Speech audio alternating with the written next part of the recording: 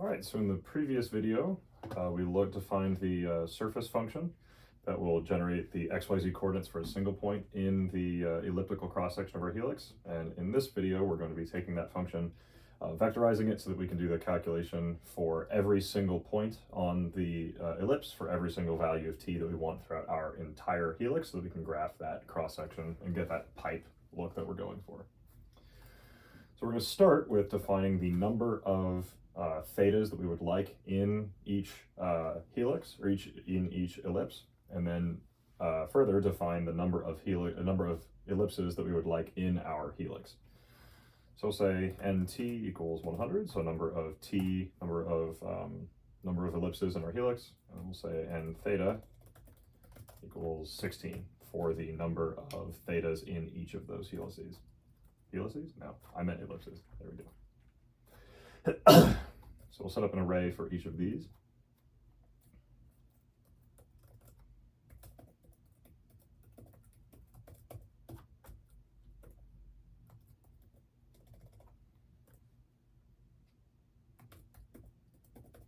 So for the t's, these values are going to range from 0 to 6 pi, just like they did earlier for our original time values.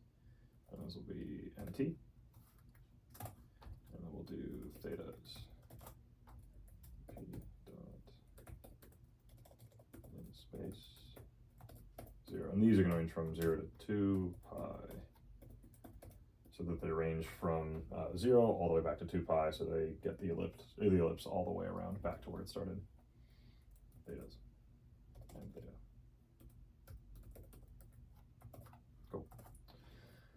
Now the surface function that we defined earlier will calculate a single set of 3 points for the XYZ coordinates for a single value of t and a single value of theta. Now, one challenging, not super efficient way to do this calculation, to calculate all of those points throughout the entire helix, would be to do a nested for loop, where you go for every value of theta in the ellipse, for every ellipse on your helix, calculate those 3 points, and then graph them separately. That's not the most efficient way to do it, so we're going to use JAX instead to vectorize our surface function. So we'll define a new function, surface vec equals jnp.vectorize surface, and then signature. So we need to define a signature for this function, which is basically telling JAX what the inputs and outputs are going to be for the vectorized function. So for our original surface function, our inputs are 2 scalars, t and theta, and then the output is an array of 3, or a vector of 3 values, the x, y, and z coordinates. So we're just telling JAX that we want to vectorize this, which will allow us to input a list of t's and a list of thetas, a list of t's and a list of thetas, and have it calculate those x, y, z points all at the same time. Now from here, we'll actually use this function to calculate those points, so surface points, surface vec, and we'll give it those list of t's and list of thetas. Now we have to do what's called broadcasting, which will be taking those arrays and then rearranging them in a way that they are able to be multiplied together, so we can get like a multiplication table with the t's on one axis and then the thetas on the other axis. So we do t's, brackets, colon, comma, none, and then thetas, none, comma, colon. Alrighty.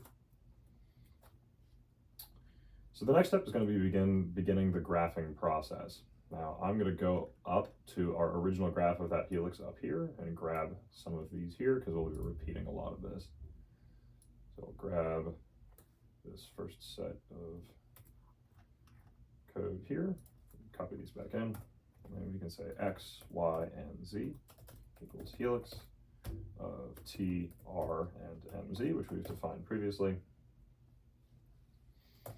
And then we will do fig.add scatter, just like this.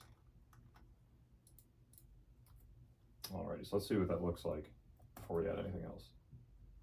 All right, that looks just about right. Although we'll change the formatting a little bit before we do anything else. So I'm just gonna get rid of, oops, didn't mean to do that. Control MZ. There we go, okay.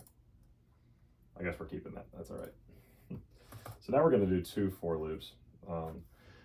One for our t's and one for our thetas. So we do for t index in range nt. I'll do these kind of in parallel for theta index in range and theta.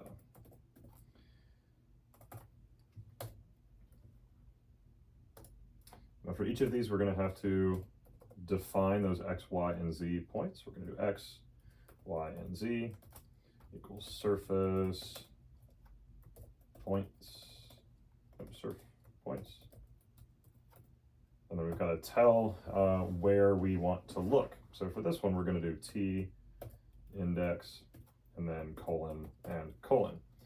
Now the reason for that is if we go surface points dot shape, what we get is 100, 16, and 3. So 100 is nt, 16 is theta, and then 3, those are the x, y, and z coordinates. So we want to tell this for loop to point this t index at that first axis there, which is going to be our number of t's.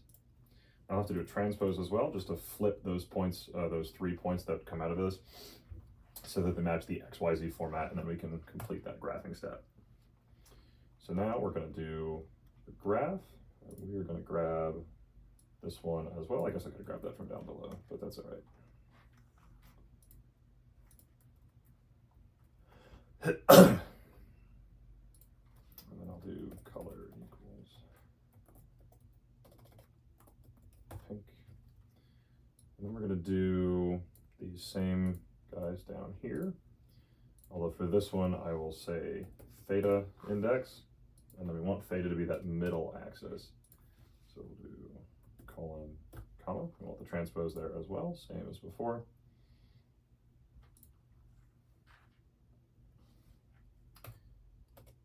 I believe all we need to do next is to grab our update layout.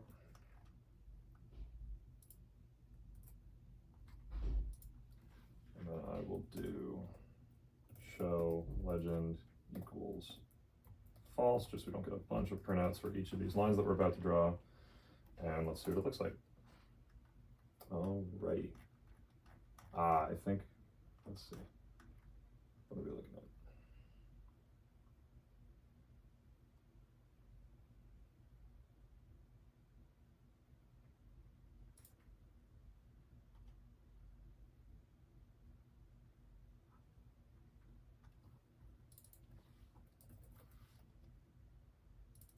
Let's try mode.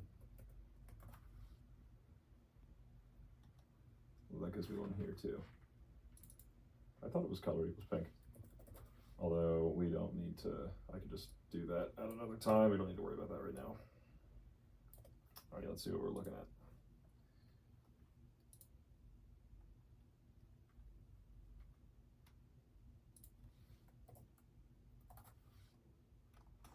I might have gotten that one wrong as well. But that's just a, man, that's a long hair. That's just a kind of a visual thing, so I don't need, I can kind of take that out as well and see what we're working with. All right, very good. Well, there is our graph with our elliptical cross section with our all the way along our helix. And one other change to note from before. Let's see. Actually, I hadn't added that back in. However, I didn't hit run. So if I hadn't made that change earlier, I'll explain that in just a moment. And we go and run our graph, what this looks like. Let's see, I'll just go runtime, run all.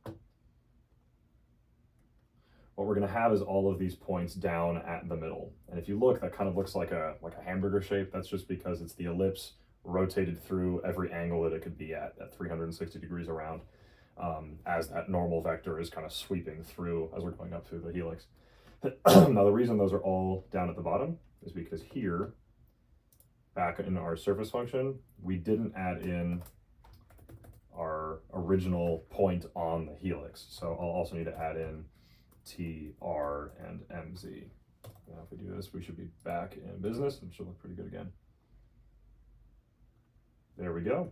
Very good. Awesome. Yeah, so here is our graph with the elliptical cross section all the way along our helix. If you zoom in, you can see that there are a finite number of ellipses all the way through our helix. That's our NT number of times. And then it's a little bit difficult to see, but for each helix, you can see that there are a finite number of points that are being calculated, and we're kind of connecting a grid to connect all of those points together. If you were to increase NT or N theta, you'd get like higher resolution, a more smooth pipe for each, or a more smooth ellipse at each cross section, and then a smoother pipe overall. But for right now, this will do just fine. Now, if we wanted to make this look nicer, we can make these all the same color, or get rid of these legends. But this is pretty much demonstrating what we'd like to see. Alrighty, thank you.